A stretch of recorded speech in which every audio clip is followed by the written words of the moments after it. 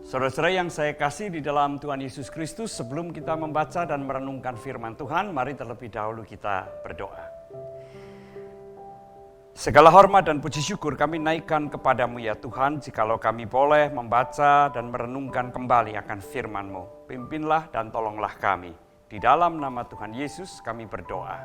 Amin. Saya mengajak saudara untuk membaca Kitab Wahyu pasal yang ke-11, ayat 15 sampai dengan ayat yang ke-18. Saya akan membacakan demikian. Lalu malaikat yang ketujuh meniup sangkakalanya dan terdengarlah suara-suara nyaring di dalam sorga. Katanya, pemerintahan atas dunia dipegang oleh Tuhan kita dan Dia yang diurapinya. Dan Ia akan memerintah sebagai Raja sampai selama-lamanya. Dan ke-24 tua-tua yang duduk di hadapan Allah di atas tahta mereka tersungkur dan menyembah Allah sambil berkata, kami mengucap syukur kepadamu ya Tuhan Allah yang Maha Kuasa, yang ada dan yang sudah ada, karena Engkau telah memangku kuasamu yang besar dan telah mulai memerintah sebagai Raja.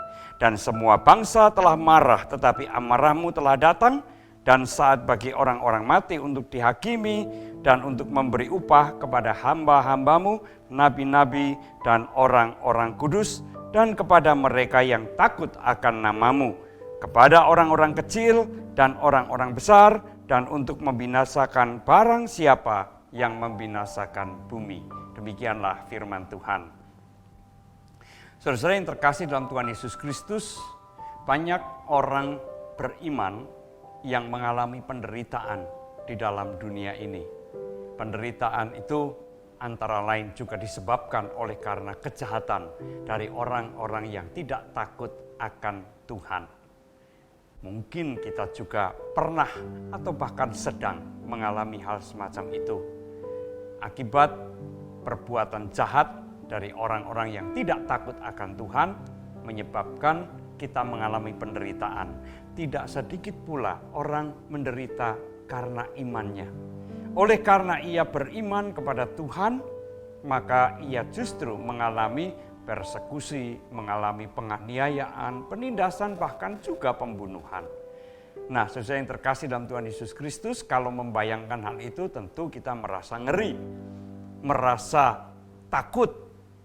Kalau itu menimpa kita, tentu saja kita tidak berharap bahwa penderitaan dan penganiayaan semacam itu akan kita alami. Namun sesuai yang saya kasihi, tentu saja penderitaan tidak hanya berupa persekusi, penganiayaan atau pembunuhan, tetapi juga tindak kejahatan yang ditujukan kepada kita.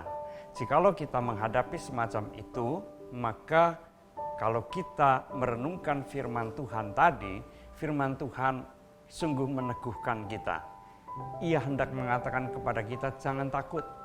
Kenapa? Karena Tuhan itu adalah penguasa alam semesta. Ia maha kuasa, ia memerintah.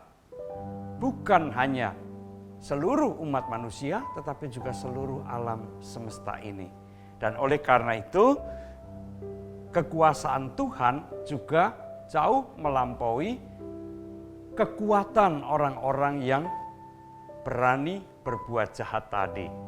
Dan sekaligus kita juga meyakini bahwa kejahatan itu tidak akan pernah didiamkan oleh Tuhan. Tuhan tidak berkenan pada kejahatan, dan setiap perbuatan jahat pasti akan suatu saat menemukan penghukumannya.